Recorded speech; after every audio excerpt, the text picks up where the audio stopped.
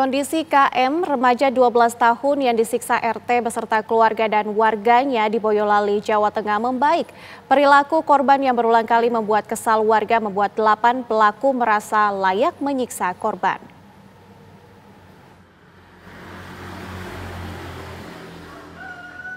Kondisi fisik KM sudah membaik setelah menjalani perawatan di Rumah Sakit Muwardi, Solo.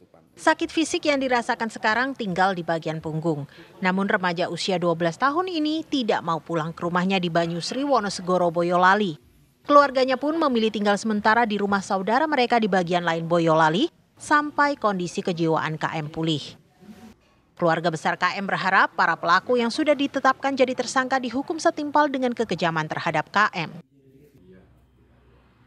Kalau kondisi anak sudah memulai membaik ya Pak, cuma masih trauma, pernah sesekali saya ajak komunikasi ya belum stabil gitu. Sekarang ini ngungsi di tempat budinya, jadi dari pas kejadian itu memang si anak itu diajak ngungsi orang tuanya, jadi di sini semua gitu Bapak.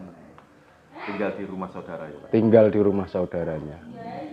Karena masih trauma? Ya, karena takut trauma atas kejadian yang sudah berlangsung di rumah, di tempatnya itu, di lingkungannya. Luka-lukanya yang masih? Kalau luka-lukanya secara fisik tinggal bagian bawah itu masih kehitam-hitaman sama mengeluh punggungnya masih sakit seperti itu. Mengeluh di punggung masih sakit. Pak, terus ini kan pihak polisi sudah menetapkan 8 tersangka. Tanggapannya seperti apa Pak?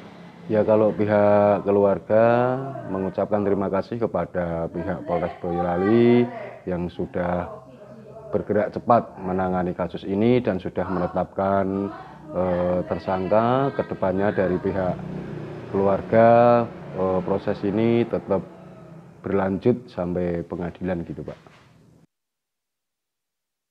Penyiksaan terhadap KM terjadi 18 November lalu. Warga desanya kesal karena menurut mereka KM sudah berulang kali melakukan pencurian sebelumnya. Semuanya diselesaikan secara kekeluargaan, namun KM kembali berulah dengan mencuri pakaian dalam tetangganya. Akhirnya warga menelepon ayah KM yang bekerja di Jakarta untuk pulang. Ayah KM pun kemudian pulang dan mengajak anaknya menemui ketua lingkungan. Kemudian ayah anak tersebut diajak ke rumah tetangga yang jadi korban pencurian. Di sanalah penganiayaan terhadap KM dimulai. Sang ayah yang hendak melindungi KM dihalang-halangi warga yang sebagian menyiksa KM untuk mengakui perbuatan pencurian pakaian dalam. KM luka parah di bagian kepala dan muka karena dipukuli warga. Sementara jari kakinya dijepit dengan tang oleh salah satu pelaku yang merupakan seorang petugas rumah tahanan. Ada yang melakukan pemukulan dengan tangan kosong mengenai muka dan pipi. Selanjutnya ada juga tersangka yang melakukan penendangan terhadap korban. Ini mengenai paha dan juga punggung korban. Dan ada salah satu tersangka ya yang melakukan pencepitan dengan menggunakan tang. Ini pada bagian jari kaki sebelah kiri. Ya.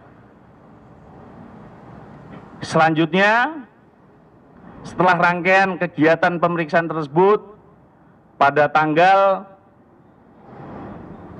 11, ya, hari Rabu, kita lakukan penahanan. Jadi tim bekerja secara simultan, terus-menerus berkelanjutan, sehingga kami dapat mengamankan 8 tersangka tersebut. Jadi dari fakta informasi yang kita peroleh memang korban ini beberapa kali melakukan perbuatan yang tidak baik di lingkungannya, termasuk melakukan pencurian celana dalam. Tapi tidak dibenarkan ya dengan aksinya? Ya, bagaimanapun juga kekerasan dengan alasan apapun tidak dibenarkan. Jadi kami menghimbau kepada masyarakat tidak melakukan kekerasan atau main hakim sendiri. Akibat penganiayaan dan penyiksaan tersebut, KM menderita luka cukup parah hingga mengalami penyumbatan pembuluh darah. Korban pun dirujuk hingga 2 kali dan terakhir mendapatkan perawatan di Rumah Sakit Muwardi, Solo. Sementara itu para pelaku diancam hukuman 7 tahun penjara karena telah melanggar pasal 80 ayat 1 Undang-Undang Nomor 30 Tahun 2014 tentang perlindungan anak serta pasal 170 KUHP tentang penganiayaan secara bersama-sama. Dari Boyolali, Jawa Tengah, Agus Saptono, TV One mengabarkan.